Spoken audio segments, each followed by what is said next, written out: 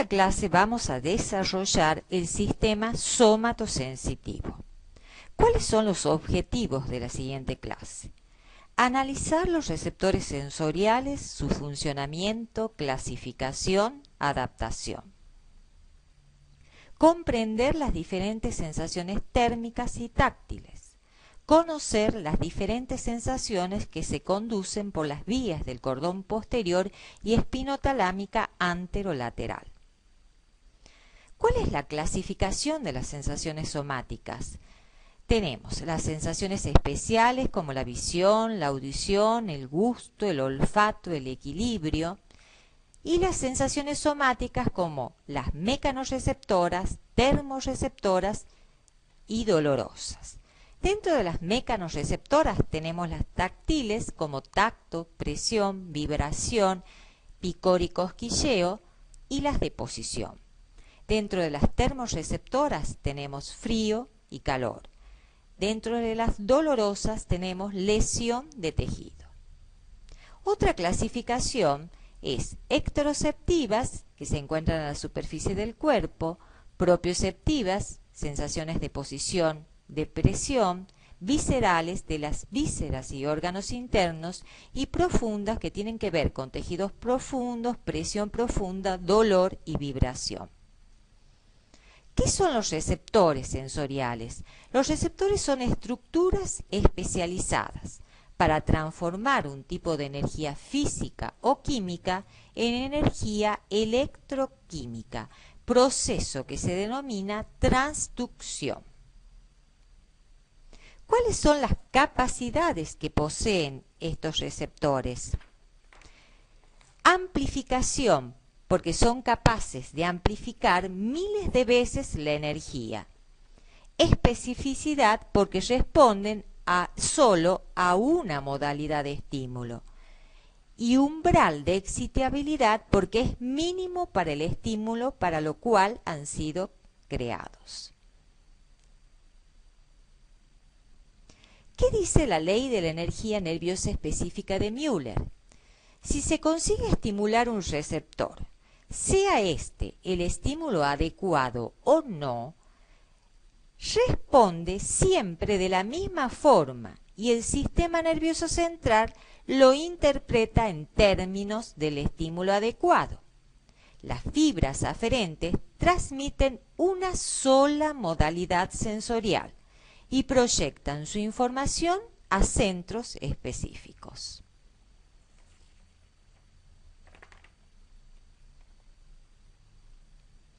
¿Cuáles son las clases de receptores sensoriales?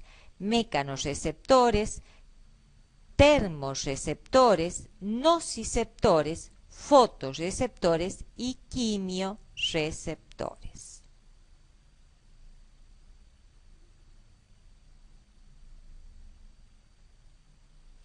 ¿Cómo se produce el proceso de la transducción de los estímulos?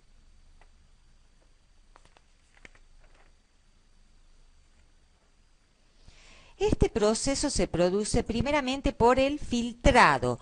Son selectivos para modalidades específicas, ignorando el resto. Por la detección. Esto depende de cada receptor, de modo que transduce la energía del estímulo en una corriente a través de la membrana que modifica su potencial. Amplificación, que es la capacidad de producir una señal eléctrica que contiene una cantidad de energía mayor que el propio estímulo. En esta gráfica podemos observar cómo es el mecanismo de la transducción, cómo el canal que estaba cerrado se abre para dar paso a los iones. Bueno, ¿qué es el potencial receptor y qué es el potencial generador? El potencial receptor es cuando ante un estímulo la membrana cambia su potencial de membrana en reposo, pero como no llega al umbral, no es capaz de generar un potencial de acción. Por eso llamamos potencial receptor. Pero una vez que alcanza el umbral y es capaz de desencadenar un potencial de acción, ahí ya tenemos el potencial generador. Este es el típico caso del órgano de Pacini. ¿Por qué? Porque a nivel de la fibra nerviosa se encuentra el potencial receptor y al primer nivel del nódulo de Ranvier se desencadena el potencial generador, porque se desencadena el potencial de acción capaz de crear un flujo de corriente local. ¿Qué significa adaptación de los receptores? Significa que la magnitud del potencial receptor disminuye durante un periodo de tiempo como respuesta a un estímulo continuo.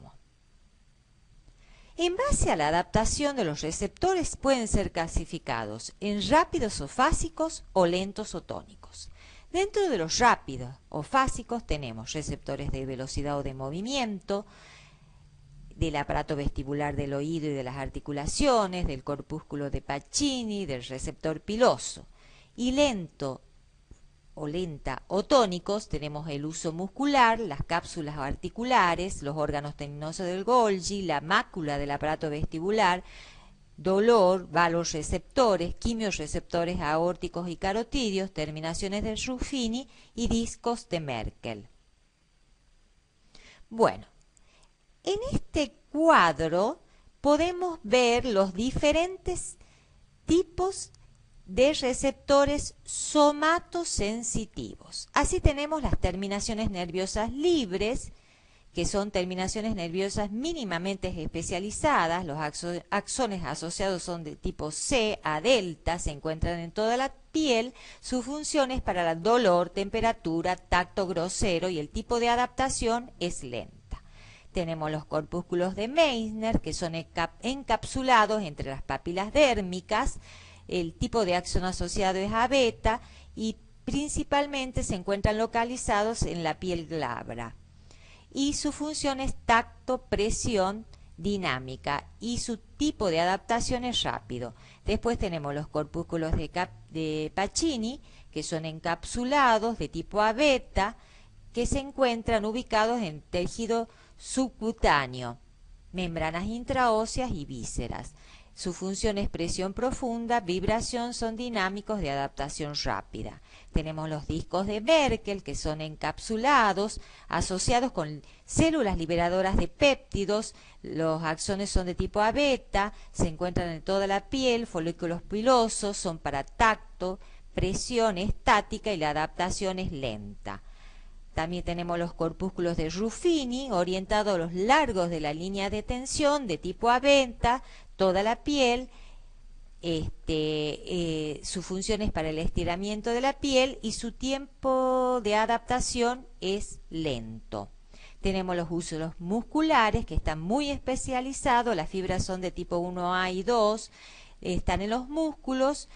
Su función es para la longitud muscular y son el tiempo de adaptación hay tanto lentos como rápidos. Después tenemos los órganos tendinosos de Golgi, que están muy especializados. Los axones son de tipo 1B, se encuentran en los tendones y son para la tensión muscular y son receptores tipo lento. Y después tenemos los receptores articulares, que están mínimamente especializados en las articulaciones para la posición articular y son el tiempo de adaptación es de tipo rápido. Bueno, este es un esquema para mostrar los tipos de receptores y la ubicación en donde se encuentran. Acá está la epidermis y la dermis con los distintos tipos de receptores, el tejido celular subcutáneo. En este gráfico también podemos observar lo mismo. Bueno, ¿qué es lo que hace en sí el receptor? Las neuronas, una vez que reciben, envían a través de sus acciones a la primera estación de relevo, luego continúan hasta una segunda estación de relevo y posteriormente se produce la distribución espacial de la excitación en el sistema nervioso central. Bueno, ¿qué es un campo receptivo? Acá podemos observar los campos receptivos, que es la zona de densidad de receptores que se encuentran ubicados. Principalmente tenemos a nivel de la yema de los dedos, como habíamos dicho, acá está la densidad de corpúsculos de Meissner que hay en las diferentes yemas de los dedos. Lo que sí es que a menor campo receptivo hay una mayor resolución o capacidad para localizar el estímulo.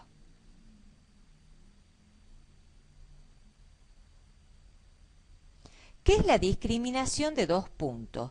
Es la capacidad para discriminar dos puntos como separados. Por ejemplo, si tomáramos dos agujitas y la localizáramos en diferentes zonas del cuerpo, veríamos que se la percibe como dos estímulos por separados en zonas como la yema de los dedos, el labio, también la mejilla, algo en la nariz, pero no así, porque la capacidad de discriminación espacial es menor en el tronco, en las extremidades, en el hombro, en la espalda, muslo, vientre, planta de los pies, pero vuelve a ser mayor la discriminación espacial a nivel de los dedos del pie.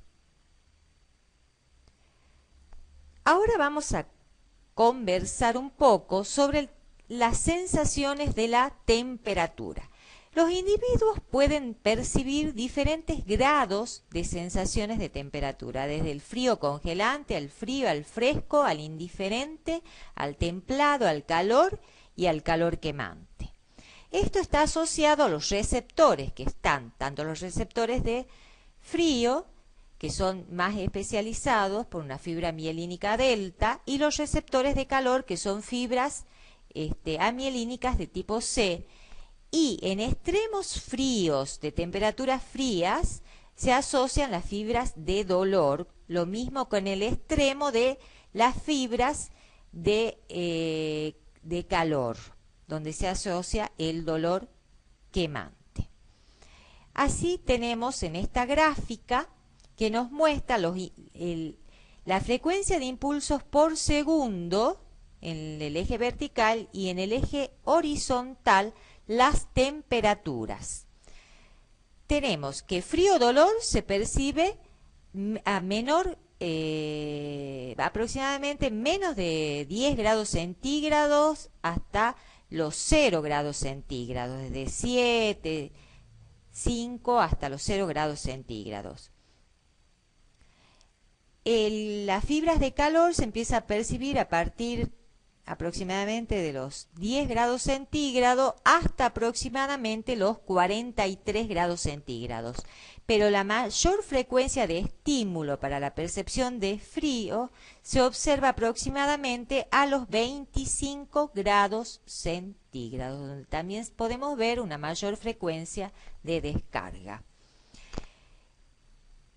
La fibra de calor comienza a percibirse aproximadamente a partir de los 30 grados centígrados hasta aproximadamente los 43 grados centígrados. A partir de los 45 grados centígrados ya se percibe calor-dolor.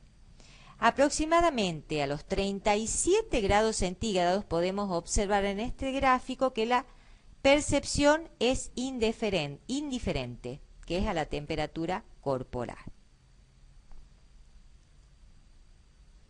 Bueno, acá tenemos un gráfico mostrando cómo es el receptor de la fibra para el frío, que a diferencia de la fibra del calor, es una fibra mielínica de tipo A delta. Bueno, acá vamos a recordar la anatomía del cordón, de la vía del cordón posterior, que es la vía que lleva las sensaciones sensoriales, somatosensoriales, táctil y de presión, del territorio de todo el cuerpo. En cambio, la vía del trigémino es la que va a llevar del territorio cefálico.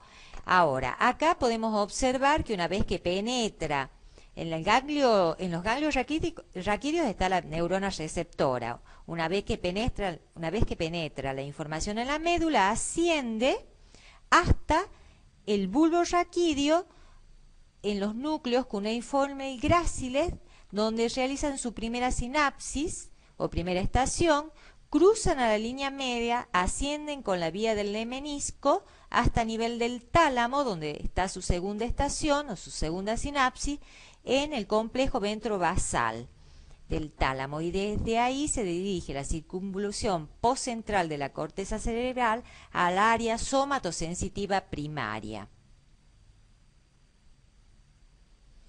Bueno, habíamos dicho que del territorio cefálico era a través del tracto trigémino talámico, que viene desde el ganglio trigeminal hacia la protuberancia media, al núcleo sensitivo principal, cruza la línea media y asciende con el lemnisco medial hacia el núcleo ventroposteromedial del tálamo y luego hacia la corteza somatosensitiva primaria. Bueno, acá hay una representación del área somatosensitiva primaria de la corteza, como así también del núcleo ventrovasal del tálamo. Sabemos que en esta área somatosensitiva primaria está la representación un poco del cuerpo humano y identifica, en esta gráfica se identifica el homúnculo, que es el hombrecito que tiene la cara en el sistema anterior, lo que sería los miembros superiores y el tronco en la parte media, y las extremidades inferiores a nivel posterior. Por eso es que tenemos tan desarrollada la percepción a nivel de la boca, de los labios, del paladar, de la lengua, como a nivel de los dedos, de la yema de los dedos. Y va disminuyendo la percepción, como pueden ver, en el tronco y en las extremidades inferiores. Bueno, ¿qué tipo de sensación transmite el sistema de la columna dorsal? Transmite un tacto con alto grado de localización del estímulo. También una transmisión de fina graduación de intensidades. Sensaciones vibratorias, sensaciones posicionales desde las articulaciones. Ahora vamos a ver la vía espinotalámico anterolateral. La primera neurona se encuentra a nivel del ganglio de la raíz dorsal. Posteriormente penetra en la médula espinal, donde hace su segunda sinapsis, y luego asciende hacia el tálamo, al complejo nuclear ventral posterior del tálamo, y hace otra sinapsis, y de allí se dirige al área somatosensitiva de la corteza cerebral. Bueno, ¿qué tipo de sensación transmite la columna anterolateral? Transmite dolor, sensaciones térmicas, sensaciones de presión y tacto groseo, cosquilleo y picor, y también las sensaciones sexuales. Acá tenemos las referencias bibliográficas con la cual realicé la producción de esta clase. Y bueno, muchas gracias por su presencia y espero contar con ustedes en mi próxima clase. Hasta luego.